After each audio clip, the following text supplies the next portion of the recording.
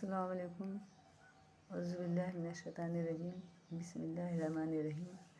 نماز جمعہ اور عیدین میں تلاوت۔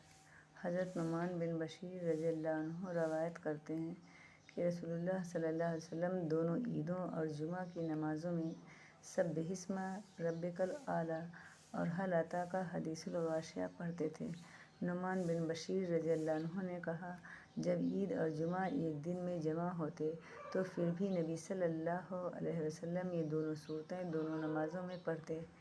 عبید اللہ بن ابی رافع سے روایت ہے کہ مروان نے حضرت ابو ہریرہ رضی اللہ عنہ کو مدینے کا گورنر مقرر کیا اور خود مکہ چلے گئے۔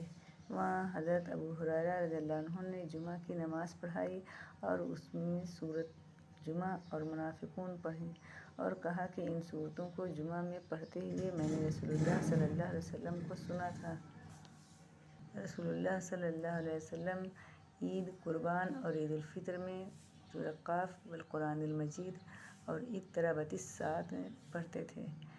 جمعہ کے دن نماز فجر میں حضرت ابو ہریرہ رضی اللہ عنہ روایت کرتے ہیں کہ رسول اللہ صلی اللہ علیہ وسلم جمعہ کے دن فجر کی نماز میں الف لام میم تنزیل پہلی رکعت میں اور هل اتی علی الانسان دوسری رکعت میں پڑھتے تھے۔ نماز فجر میں حضرت جابر بن سمرہ رضی اللہ عنہ روایت کرتے ہیں کہ رسول اللہ صلی اللہ علیہ وسلم نماز فجر میں سورۃ قاف والقرآن المجید اور اس کی مانند کوئی اور سورت پڑھتے تھے۔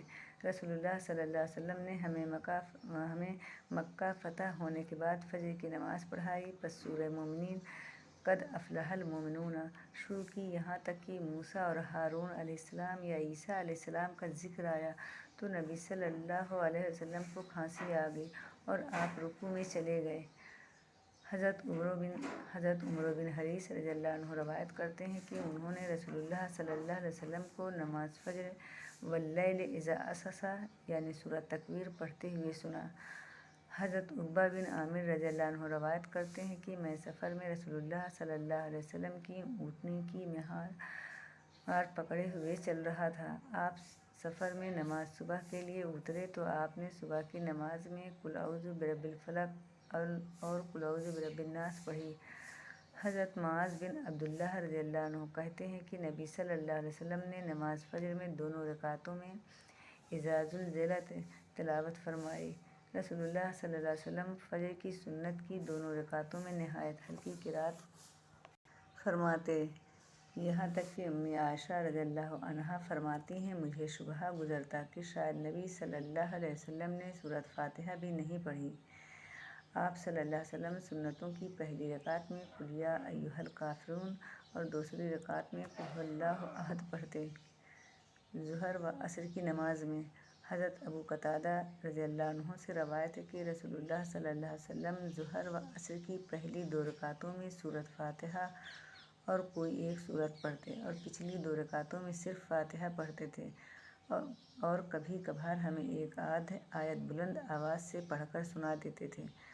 حضرت جابر بن سمرہ رضی اللہ عنہ روایت کرتے ہیں کہ رسول اللہ صلی اللہ علیہ وسلم ظہر میں واللیل اذا یغشی پڑھتے تھے۔ ایک اور روایت میں ہے کہ سبح اسم ربک الاعلیٰ اور عصر میں بھی اس کی مانند کوئی سورت پڑھتے تھے اور فجر میں لمبی سورتیں پڑھتے تھے۔ حضرت جابر بن سمرہ رضی اللہ عنہ کی ایک روایت ہے جس میں نبی صلی اللہ علیہ وسلم کا ظہر اور عصر میں والسماء ذات البروج اور والسماء والطارق پڑھنا آیا ہے۔ رسول اللہ صلی اللہ علیہ وسلم ظہر کی آخری دونوں رکعتوں میں 15 آیات کے برابر قرأت فرماتے۔ معلوم ہوا کہ آخری دونوں رکعتوں میں سورۃ فاتحہ کے بعد قرأت مسنون ہے اور کبھی آپ آخری دو رکعتوں میں صرف فاتحہ کی قرأت فرماتے، جبکہ نماز عصر کی پہلی دونوں رکعتوں میں ہر رکعت کے اندر 15 آیات تلاوت فرماتے اور آخری دو رکعتوں میں صرف فاتحہ پڑھتے۔ حضرت ابو معمر رضی اللہ عنہ نے خباب رضی اللہ عنہ سے کہا، کیا رسول اللہ صلی اللہ علیہ وسلم ظہر و عصر میں قرأت کرتے تھے؟ خباب رضی اللہ عنہ نے کہا، ہاں۔ پوچھا گیا کہ آپ کو کیسے معلوم ہوا؟ خباب فرمانے لگے کہ آپ کی داڑھی کی جنبش سے معلوم ہوا کہ ظہر و عصر کی نمازوں میں آپ سری یعنی دل میں قرات کرتے تھے۔ کبھی آپ کی قرات طویل ہوتی۔ ایک دفعہ ظہر کی جماعت کی اقامت ہوئی تو ایک شخص اپنے گھر سے بقیع قبرستان کی جانب قضائے حاجت کے لیے گیا۔ وہاں سے فارغ ہو کر گھر پہنچا، وضو کیا، پھر مسجد آیا تو معلوم ہوا کہ ابھی تک نبی صلی اللہ علیہ وسلم پہلی رکعت میں ہیں۔ صحابہ کرام رضی اللہ عنہم فرماتے ہیں کہ آپ پہلی رکعت کو اتنا لمبا اس لیے فرماتے تھے کہ نمازی پہلی رکعت میں ہی شریک ہو سکیں۔ نماز مغرب میں حضرت جبیر بن مطعم رضی اللہ عنہ روایت کرتے ہیں کہ میں نے رسول اللہ صلی اللہ علیہ وسلم کو نماز مغرب میں سورۃ طور پڑھتے سنا۔ ام فضل کی بیٹی حارثہ رضی اللہ عنہا کہتی ہیں کہ میں نے رسول اللہ صلی اللہ علیہ وسلم کو نماز مغرب میں سورہ والمرسلات عرفاً پڑھتے ہوئے سنا۔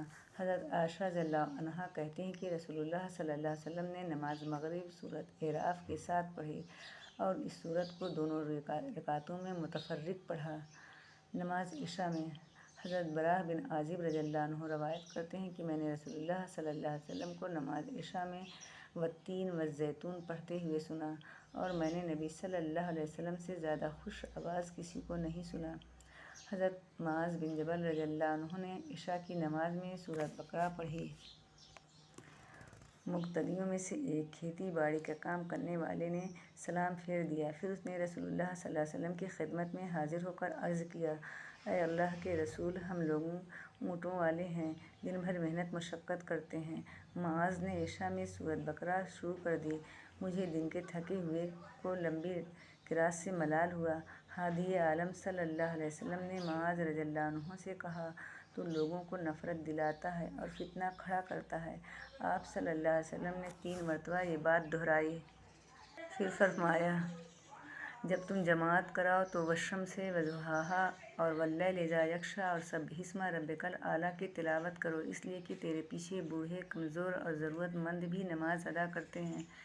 اس حدیث سے عشاء کی نماز کی قرات بھی معلوم ہوئی اور ساتھ ہی اس حدیث نے نماز کے اماموں کو بھی متنبہ کر دیا ہے کہ وہ نماز پڑھاتے وقت مقتدیوں کا خاص طور پر خیال رکھیں اور خوب سمجھیں کہ نماز میں مقتدیوں کے حالات کے پیش نظر تخفیف کرنا رسول اللہ صلی اللہ علیہ وسلم کی سنت ہے۔ السلام علیکم۔